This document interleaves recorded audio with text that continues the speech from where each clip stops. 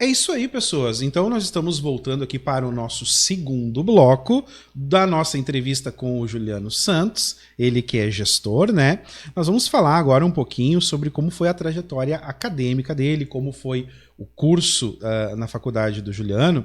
Aproveitando esse ensejo, também quero mandar um abraço para o nosso governador Eduardo Leite. Governador, tu estás certíssimo, tá? Te apoio em você aí cancelar as apresentações cívicas do dia de hoje, tá? Por quê?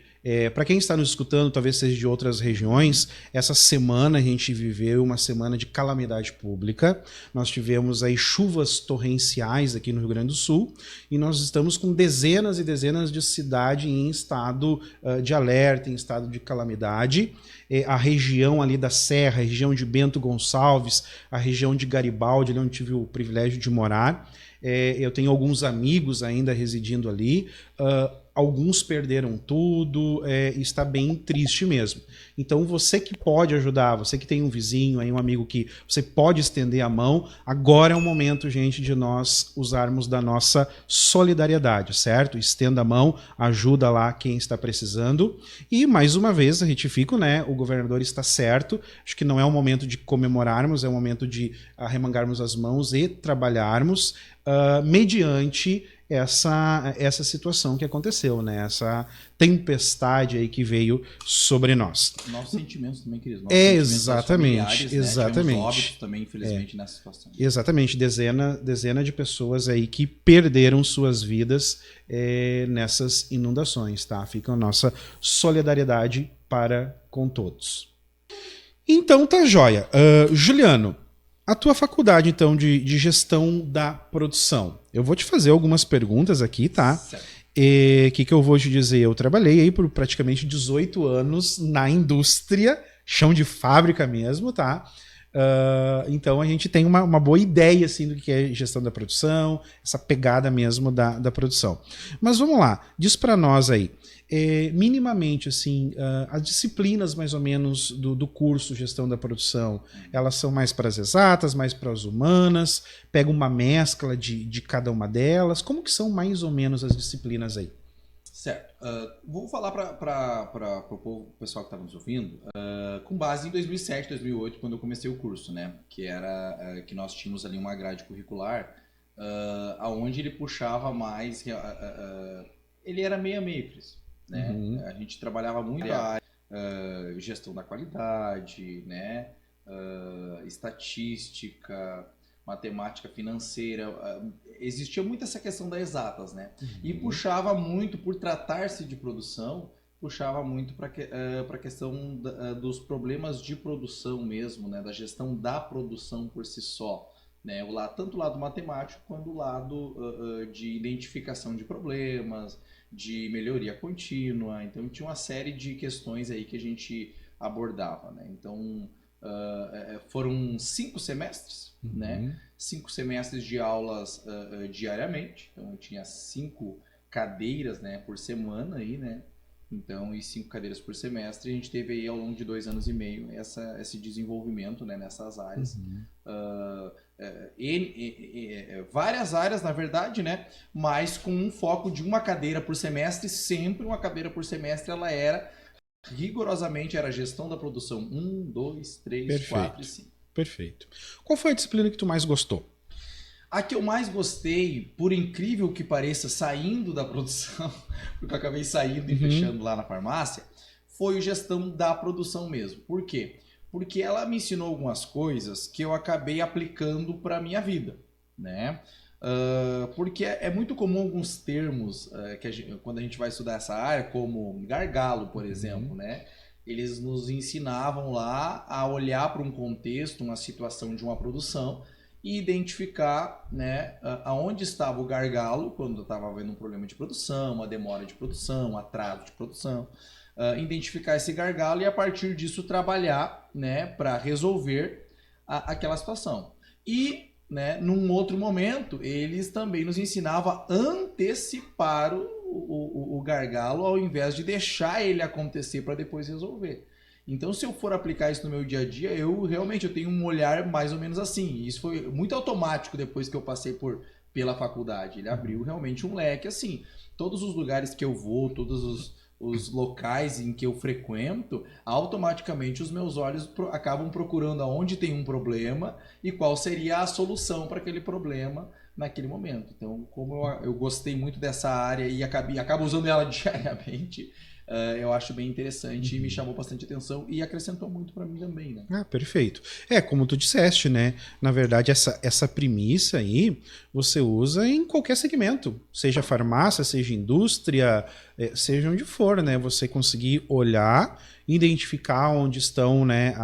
Vamos dizer assim, as partes mais frágeis, onde você encontra as deficiências, como a gente na metalúrgica, a gente usa muito essa palavra gargalo, né? A gente usa tanto, que nos nossos cursos de capacitação a gente aprendia a lidar com o gargalo da seguinte forma. Olha só, para te ver como na metalúrgica são vários, né? Sim. Você pega os 10 maiores gargalos, faz uma lista com os 10 maiores gargalos, daí depois você mensura os 3 primeiros, você mensura dentro dos 10, né? Tem algumas técnicas que a gente usa ali, né? Dentro dos 10, quais são os 3 piores? Mais impactantes, né? E aí você atua nesses 3. Resolvendo esses 3, equacionando esses 3, você pula para os outros 7. Pega os outros 7, mais uma vez faz uma triagem, vê qual é que são os 3 piores, e assim você vai né? Você vai trabalhando esses gargalos. Então, na metalúrgica, são vários, né? Mas o legal é que você chega em qualquer lugar, você já tem essa visão diferenciada. Ainda bem que eu fugi da indústria, então, né? Realmente, são vários, né? Exatamente. Eu tenho uma frase comigo que eu sempre digo, assim, no segmento metalúrgico, né?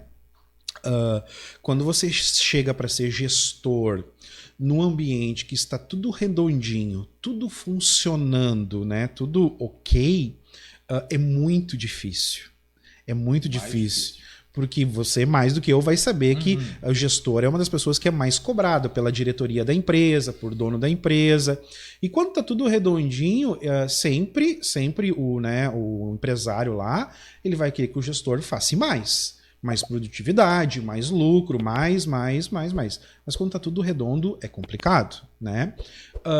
Mas já na contramão da história, quando você chega e pega um espaço bagunçado, para quem é gestor, para um bom gestor, é maravilhoso. Porque você coloca os pés para dentro do espaço, você já vai vendo. Tá errado, tem que melhorar, troca aqui, muda lá. É assim ou não é? Qualquer organização surte um efeito monstruoso. Exatamente. E logo você vê que as coisas começam quando tá tudo bagunçado, mas quando tá tudo redondinho, fica um pouco difícil, né? Mas, Juliano, vamos lá então. Nessa tua trajetória de gestor, de gerente, então, das lojas, né? Magazine Luiza, isso. Podemos falar o nome deles? Podemos, né? Qualquer coisa, eles podem patrocinar a gente também, né? Magazine Luiza. Vem pro Magalu, vem ser feliz. Vamos lá. Quantos anos tu ficou na Magalu? Magazine Luiza eu fiquei 12 anos. 12 anos. É bastante tempo. É bastante tempo. É uma carreira, né? É uma carreira. Você não ficou só numa cidade, né? Não andei por algumas cidades. Tá. Explica para nós como é que funciona a questão estrutural da rede, hierarquicamente falando. Você entra, existe possibilidade de crescimento na loja, como que são as etapas para esse crescimento? Como é que funciona? Explica para nós aí. Perfeito. Antes que eu vou contar uma coisa que é interessante até, a gente está falando com um público jovem, né, sim, que está tentando descobrir as suas características, o seu propósito, aí, aquilo que ele quer fazer, né, a sua área de atuação. E eu lembro que a minha primeira experiência como gerente, né, foi no ateliê, né, onde eu fui demitido do ateliê. Né? Porque eu no momento não tinha ainda começado na Boteiro, né? Perfeito. Não tinha começado ainda, que eu fiquei um ano na Boteiro, e aí já tinha começado o curso, disse, tô fazendo o curso. Aí eu cheguei lá pra minha chefa, né? Disse, eu tô fazendo o curso lá de gestão da produção, né? Então eu vou aprender isso aqui, né? Então, se quiser me dar uma oportunidade, né? E aí naquilo ali acabou eu tendo essa oportunidade, só que eu não dominava os processos. Foi muito prematuro naquele momento. Exatamente. Só que eu não dominava os processos, mas por mais que eu não dominasse os processos, o grande detalhe da minha saída foram pessoas. A gestão de pessoas, né? Que eu não tinha experiência muito ainda, como conduzir, como se portar. Eu acho importante isso, né? Porque daqui a um pouco, naquele momento lá, né? Eu poderia ter me frustrado, eu poderia ter desistido, eu poderia ter achado que eu não daria Trocar de curso, desistir do curso. achado que não era para mim aquilo ali, né? Uhum. Mas a gente tem que ter convicção, na verdade, naquilo que a gente quer fazer e estar se reinventando, né? Buscando aprimorar, desenvolver, né? Porque hoje a gente tem inúmeros meios de capacitação, né? No meu tempo não tinha YouTube do jeito que é hoje. É verdade. Né? Então hoje realmente torna-se a pessoa leiga ou até mesmo desinformada por uma escolha. Porque hoje realmente temos essa oportunidade, né? Então não desista aí se é o teu sonho, né? Nem que dê errado algumas vezes, né? Que tu possa persistir. Claro. Aí chegando no Magalu, eu comecei no Magalu em 2011, né? Eu recebi aí uma oportunidade na loja de Parobé. Né? Então eu trabalhava na farmácia Droga Rio, depois eu trabalhei um tempinho na farmácia H Pharma, depois na farmácia São João, trabalhei em 3 farmácias nesse meio tempo, né? E aí, num desses atendimentos, eu atendi alguém que trabalhava no Magazine Luiza. E eles disseram, cara, tu leva jeito para atendimento, assim, né? Larga um currículo lá no Magazine Luiza. Aí nesse meio tempo eu acabei saindo da farmácia e disse, vou largar um currículo lá, né? Vou ver, né, o que pode acontecer. Eu tenho uma leve experiência com atendimento ao público, que é o que a gente tinha na farmácia, né? Eu largo meu currículo lá, sou chamado para uma entrevista, né? E aí a partir daquela entrevista o pessoal, né, a equipe que estava lá, o gerente que estava lá na época, resolveram me dar uma oportunidade. Então, ali em 15 de abril de 2011, né, eu fui contratado pelo Magazine Luiza de Parobé na função de vendedor. Né? Uhum. Que era uma questão nova. Eu já conhecia muito remédio, já sabia ler letra de médico. Tudo certo. Tudo isso eu sabia. Tudo mas certo. a área do varejo mesmo, Sim. né, de conhecimento eu não tinha. Então, É um pouco diferente. O segmento é diferente, né? O produto, aquilo é o serviço que é oferecido, ele é diferente, né? Sim. Nessa área. Então ali começa um grande desafio para mim, que era o desafio de me reinventar, né, no conhecimento desse produto novo. Mas eles já te contrataram sabendo do teu currículo? Sim. Eles já sabiam que tu estava cursando ainda ou já estava formado? Não, ali eu já estava formado. Já estava formado. Ok. Então eles já te contrataram já sabendo da tua formação. Então podemos quase que dizer que eles estavam fazendo uma experiência contigo ali, né? Vamos começar com o vendedor e vamos ver de onde vai dar isso. Provavelmente, com certeza é isso. Até porque, na verdade, no meu currículo, naquele momento, tinha lá que eu era formado em gestão da produção. Eu lembro que na entrevista, inclusive, ele me perguntou, né? Né? Tá, tu é formado aqui assim, assim? Sim, sou formado em gestão da produção. Tá, mas e o que? Eu tô lendo aqui que é gestão da produção, eu lembro como se fosse hoje. Mas e o que isso tu pode aplicar aqui? Ótima pergunta. Ótima pergunta. Como é que tu vai aplicar isso aqui? Aí foi onde eu conversei com ele sobre o meu fechamento lá na Droga Rio, sobre cliente. Aí vendi meu peixe lá, né? Perfeito. Né? Deu tudo certo, né? Então fui contratado naquele momento e ali eu comecei uma caminhada aí de 12 anos, né? Como vendedor ali no Magazine Luiza de Parobé. Nesse cargo, eu me recordo como se fosse hoje. Nós recebemos nosso crachá, toda a identificação, né? E aí nós tínhamos 2 colegas que elas tinham um crachá que era escrito vendedor especial. Não, isso é... O que é isso? Que é isso é alguma coisa, né, boa, né? Aí eu lembro que eu perguntei para uma delas, por que o teu crachá é diferente? Eu lembro como se fosse hoje. Aí ela disse, não, é que na verdade eu sou a líder, né? Eram 2 líderes, né? Nós somos as líderes dos vendedores. Né? Então, tá, e aí eu lembro que eu perguntei para ela, e o que eu preciso fazer para ser líder dos vendedores? Aí ela disse assim, primeiro nós não vamos ter que estar aqui. E segundo... Particularmente, se fosse eu já ia te olhar todo atravessado. Que esse cara tá chegando e já quer tirar o meu lugar? Mas a minha intenção no momento... Não era essa, claro. Eu tava tentando entender a dinâmica da loja. Aí ela disse, não, ó, tu tem que ter no mínimo 1 ano de empresa, tu tem que ter bons resultados, assim, assim, assim, assim. E ali eu comecei um objetivo particular. O meu primeiro objetivo particular era me tornar vendedor especial.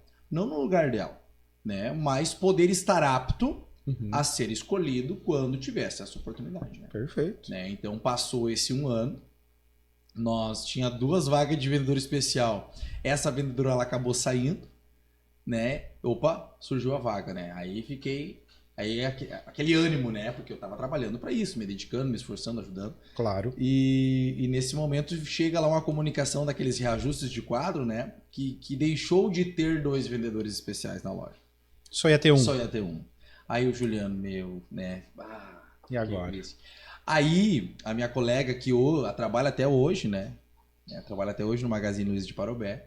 Né? Ela chegou para mim assim, disse assim, ó, Juliano, eu não tenho desejo de crescimento na empresa. Né? E isso era uma etapa, era uma escala do crescimento. Vendedor especial era, né, a escala que crescia. Aí ela disse assim para mim, eu não tenho mais essa ambição de crescer. Né? E eu vi o teu esforço, o teu empenho, a tua dedicação, e eu vou fazer uma carta e vou sair da vaga de vendedor especial para que você possa ocupar. Que legal, né? isso. Então cara. A Marley, né, pode estar nos ouvindo aí. Que né? legal. Um abraço, Marley. Um abraço, Marley. Valeu, hein? Ela fez isso, um sentimento nobre, maravilhoso, né? Claro. E ela fez isso por mim e foi uma grande apoiadora, né? Da minha carreira, né? Naquele momento ali eu comecei a minha carreira de vendedor especial. Com 1 ano, 1 ano e meio de empresa, eu me tornei vendedor especial. E aí depois disso eu comecei a lidar com a liderança. Porque até aquele momento eu era liderado. Sim. Né? Eu não tinha ainda aquela questão de lidar com a liderança, de delegar, né? De coordenar. Né? Mas aí essa parte, a tua graduação te deu minimamente técnicas e conhecimento para isso, né? Para fazer essa gestão. Ela né? deu toda a técnica, certo? Mas daí eu tinha tido aquela minha experiência frustrada, né? Frustrada de antes. Pra mim, eu tinha a teoria. Sim. E agora eu tava na prática ali com o pessoal, né? Sim, é diferente. É diferente, totalmente É diferente. Porque nem tudo que tá na teoria tu consegue aplicar 100% da forma que tu vê na teoria, né? Tu tem que fazer, às vezes, o teu ajuste, você sentir o clima, né? O clima, sentir as pessoas e ir adaptando ali, né? A teoria te dá um norte, né? Para te começar. Mas não adianta, a prática é que vai, né? Vai formar o feeling, né? Do gestor ali, né? Com certeza. A teoria não aliada à prática, ela por si só ela é letra. Né? Então, na verdade, é a aplicação do dia a dia, é até mesmo a nossa capacidade de pegar aquela teoria e administrá-la e até mesmo inovar com ela, partindo do princípio do que tu tem conceitos, né? Do que é certo, o que é errado, como fazer, mas se virar nos 30 ali na hora de estar com o pessoal, que aí é uma outra história. É isso aí. Então a gente encerra esse bloco agora, Juliano. Depois a gente volta falando um pouquinho mais sobre gestão de pessoas ainda e o perfil dos colaboradores hoje, na atualidade. O que as empresas estão buscando enquanto características dos colaboradores, certo? Certo, então nós voltamos já já.